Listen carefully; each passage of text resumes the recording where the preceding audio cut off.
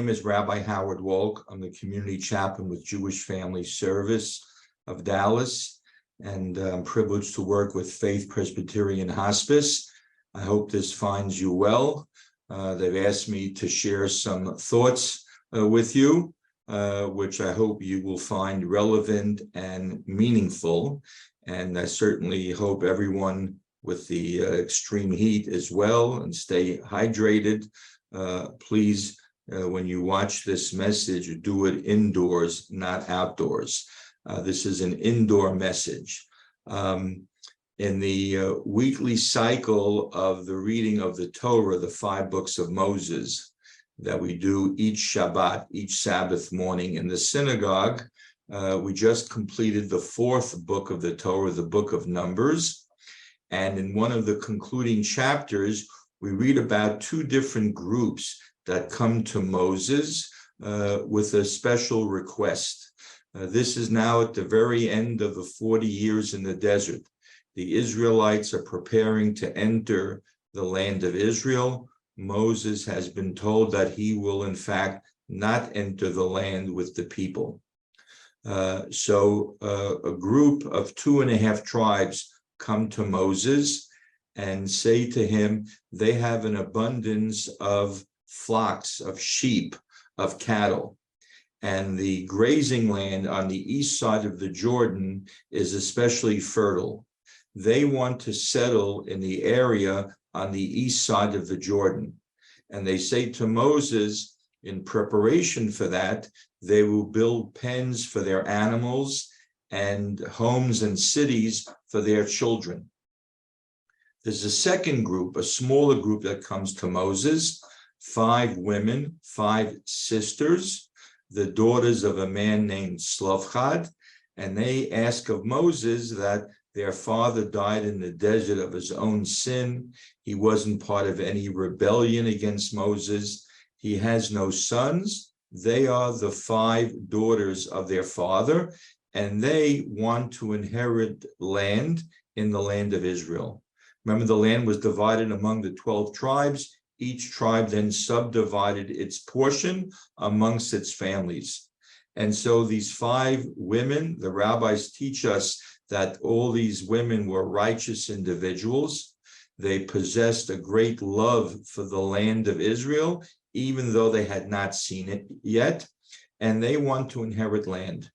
So 2 different groups come to Moses with 2 different requests, but from very different perspectives.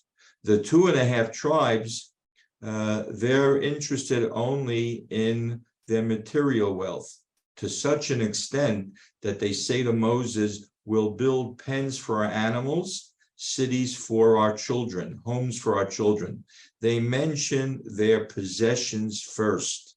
When Moses responds to them, he says, you will build homes for your children and pens for your animals.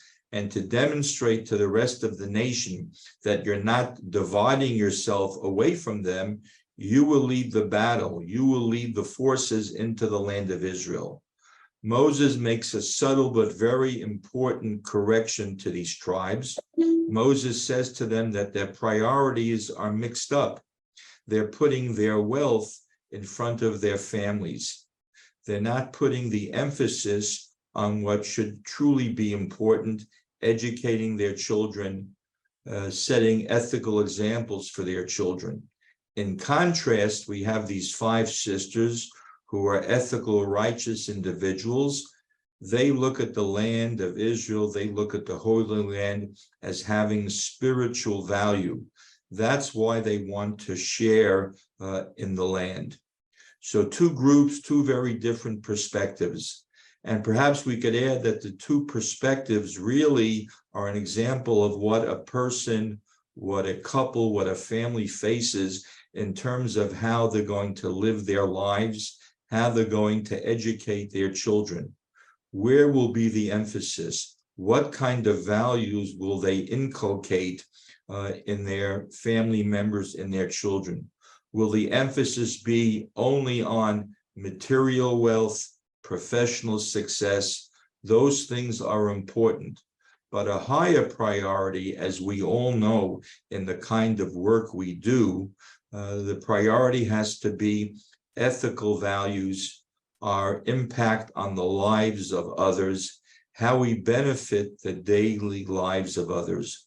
Those are the kinds of teaching opportunities that are in front of all of us. And so our example, our lead should be from the 5 sisters of Slavchad, not the 2.5 tribes who's looked at everything in dollars and cents. Material wealth has its place, certainly has its value, but ultimately a person's commitment, their dedication, their activities, their actions have to be based in a spiritual, ethical foundation. Shalom, and thank you for your attention.